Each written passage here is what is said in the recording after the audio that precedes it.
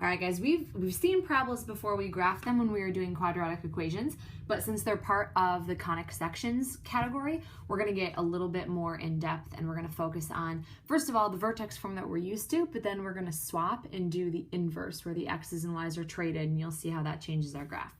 Okay, so first thing that we want to pay attention to when we're dealing with the equations of parabolas, they could be, like I said, in this form with a y equals or in this form with an x equals. You can see the forms are remarkably similar. They've both got a's in front right here, and then this one has an h in here with the x and a k outside. This one has a k in here with the y and then an h on the outside. So the direction of opening, there are 4 different ways that the parabola could open. First of all, if the y is first, it either looks like this, like kind of a normal right side up parabola, or it could be upside down like this. One thing I want to focus on is the vertex. Vertex right here is going to be h comma k. Okay, so this point right here, the vertex is h comma k. And then same thing here, this vertex is h comma k, h for the y, I'm sorry, h for the x, k for the y. It's gonna look like this if the value of a is positive. So if a is a positive number, it's just right side up like this. And then if a is a negative number, that's what results in the graph getting flipped upside down, the way it looks right there. Okay, so that's if the y is first. We've got 2 other options if the x is first. If the x is first, one of them, or they would be sideways, like they would open to the right or to the left. So they could look like this, or they could look like this. So 2 different options. These are like our sideways parabolas. This is what's new in this section. So the vertex would be here at the farthest to the right or the farthest to the left. So now this way, vertex is still the same. The vertex is always hk. Okay, so h comma k for both of these. And then pay attention here, the h and the k are swapped in the equations. That's really important to make sure you guys know the difference between those 2. So the graph will open to the right like this if a is positive. Okay, so this is opening to the right, I'm sorry, over here. So it opens to the right if a is positive, and then it opens to the left like this if a is negative. Sorry, I probably should have drawn those swapped, but this one opens to the right, this one opens to the left. Okay, so for both of these, the vertex is h comma k. Same thing here, vertex is h comma k. Just pay attention to the fact that it's swapped in this one. The axis of symmetry is this line.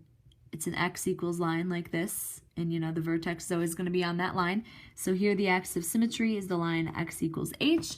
For these ones, the axis of symmetry is a horizontal line. It's a y equals, and it runs through the graph like this. So it is y equals the y value of the vertex, which is k. So that one's a little bit different.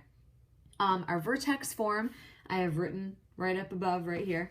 So this is y equals, I'm just going to rewrite it just so we can compare the 2 forms side by side. And then here, x equals a times y minus k squared plus h. So same forms that we have up here. So these are known as vertex form. And then standard form is y equals ax squared plus bx plus c. So this is the form that we dealt with when we were doing the quadratic equations. So here we could do x equals, we already used a, b, and c. So I'm going to use, we might as well use a, b, and c. So ay squared plus by plus c.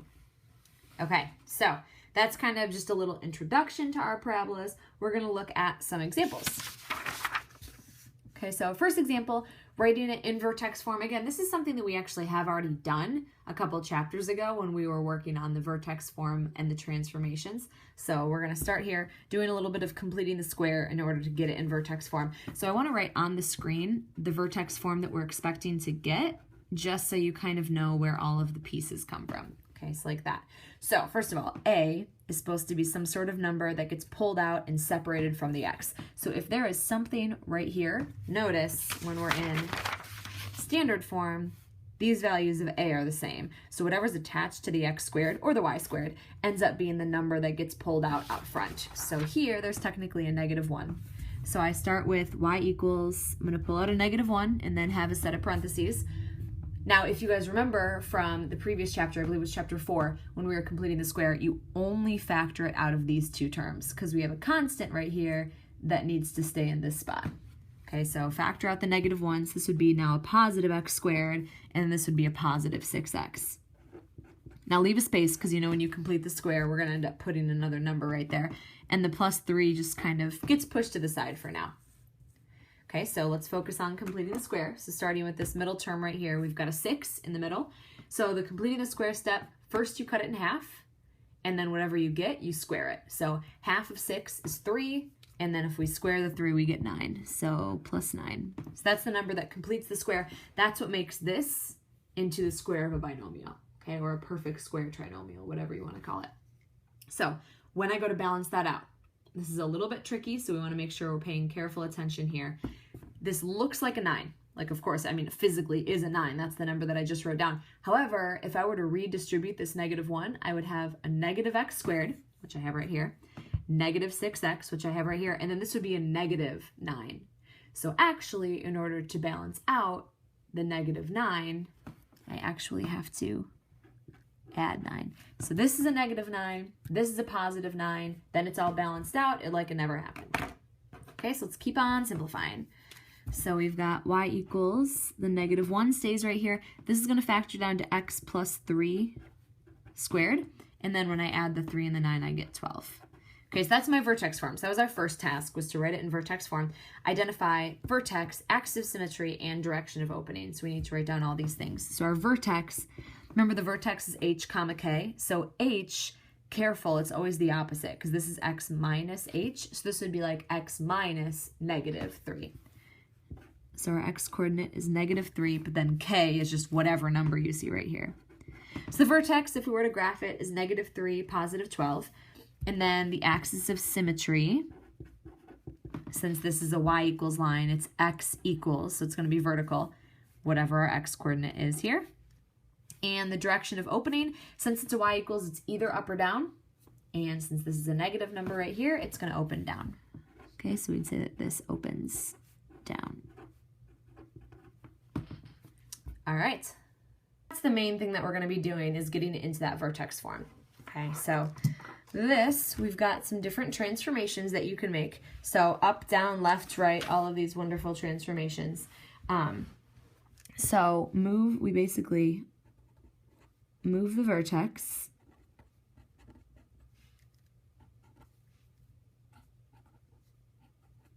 to HK, and then we can plot some other points from there. Okay, so our original graph, so our two original points that this parabola normally had, normally if we plugged 1 into this parabola, we got 1. And if we plugged -1 into this parabola, we also got 1. So we're going to do that whole point transformation thing like we've done with a bunch of other graphs so far. All right, so that's basically the information that you need to know about transformations. Now let's worry about how those transformations actually happen. All right, so graphing this equation here, really the only thing that's going to happen is that things are going to get multiplied and flipped. All right, so our vertex is still actually going to be 0, 0. 0, 0 is kind of like the original vertex. Notice there's no x minus anything, x plus anything, and there's nothing on the outside there. So we take our original 2 points, and we're going to transform them. So since there's nothing in there with the x, nothing is happening to my x values. Oops, I've got these switched, sorry. That should be -1, +1. Is that what I put on the previous page? Yes, I did. All right, so this, multiply the x or the y values by -1/4. So this becomes -1/4, and then this becomes -1/4 as well. So that should be a -1. Okay, so those are my new transformed points, so that is what I'm going to graph. So I've got 0, 0 as my vertex, and then I have the point 1, -1/4, so that'll be like right there, and then I have the point -1, -1/4, so that'll be like right there. So it gets graphed like this. Okay, so remember what that -1/4 does is it flips it upside down, but also compresses it, so it makes it way wider than it used to be. All right, so let's graph this one too. This one is in vertex form already. Okay, so what we're going to do is write down our vertex. Remember, it's the opposite of what you see in here, so it's a +1, and then exactly what you see here for y, so that's a -5. And then we're going to make our transformations. So we start with 1, 1, and then -1, 1, and let's transform. So this in here, that -1 tells me I do the opposite and I add 1 to all of my x values. So this is going to become 2, and then this is going to become 0. And then 2 things happen to my y's. First, I multiply them by 2, and then I subtract 5. Okay, so 1 times 2 is 2, minus 5 is -3. And 1 times 2 is 2, minus 5, also -3. Okay, so I've got these 3 new points that I can plot, and then I'm just going to connect the dots.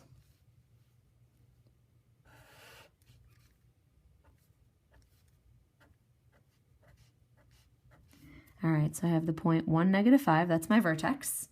I have the point 0, -3, and then I also have the point 2, -3. So I can connect the dots there. You know when you hit the vertex, you turn back around, and that is what our parabola will look like. Okay, last, we're gonna work on these here. We're focusing on some of them that are in this form. So graphing the equation involves first getting them into that vertex form. So notice when you've got all of this, we're gonna get everything onto the other side so we can start to get that into vertex form. So we will have x equals, I'm gonna subtract the y squared, and then I still have a positive 4y and a -1 on the other side. So this involves getting into this form, which means completing the square, basically the same thing that we did in the front. So the first thing that I need to do is pull out a negative, and I will have a positive y squared and a -4y. And remember, we're not touching that -1 on the outside. I'm going to figure out how to complete the square. So I start with this number, I cut it in half, that gives me -2, and then I'm going to square it, which gives me 4. So remember, I'm adding in a 4 where there didn't used to be a 4, so I have to figure out how to balance it out. So adding this 4 in here is going to help me to write it in this form. So I had a -1. So remember, what I technically just put into my equation was a -4. So I have to balance out that -4 with a +4 so that I can get it into the correct form. So I have x equals, there's a -1 on the outside. This factors down to y minus 2 squared, and then +3 on the outside. All right, so that is now in the proper form. All right, and I am going to worry about all of my points. Okay, so the vertex. This is the really, really tricky part. When these are transformed, everything changes. So here, the x value is 3, and the y value is the opposite of what you see in here. So that would be 2. All right, and then we're going to worry about our points. Our points will also change around. Okay, so we start with, instead of these, +1, +1, and -1, +1, we're going to flip them. So we're going to have 1, 1, which that doesn't change anything, but then +1, -1.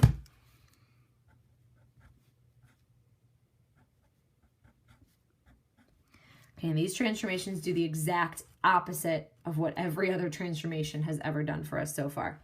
All right, so when my y's change, this is the only thing that's affecting the y. So I'm actually going to start with that. So this means I add 2 to my y value. So this becomes 3, and this becomes 1. All right, and then these things affect the x. So my x values are going to be multiplied by -1 and then add 3. So this becomes -1, and then +3 is 2. This becomes -1, and then +3 is 2. Okay, so let's plot these points. All right, so I have the point 3, 2. Which is right there. And then I have the point 2, 3, which is right there, and the point 2, 1, which is right there. Okay, so this ends up being one of those sideways parabolas because the x was first, and it's opening to the left because of this negative that I had in front of the y squared. So that would be your graph. All right, I think this is the last one that we're going to do here. So we're going to get this one into standard form. This one I can get y by itself because I have an x squared and an x. So I'm going to subtract everything over to the other side. I will have a -2x squared, the positive 8x that was already on there, and then I'm subtracting 10 from this 5, so I will have -5. So we're worried about getting it into vertex form at first. Sorry about that plus sign. There we go. So I'm going to start by factoring out this -2 from just these terms right here. So this will be a positive x squared. This will be a -4x. And I'm going to end up adding something in there, just like I did to complete the square before. So I start with this -4, cut it in half, I get -2, and then square it, I get +4. So remember, what I technically just put into my equation was a -8 when I multiply these two together.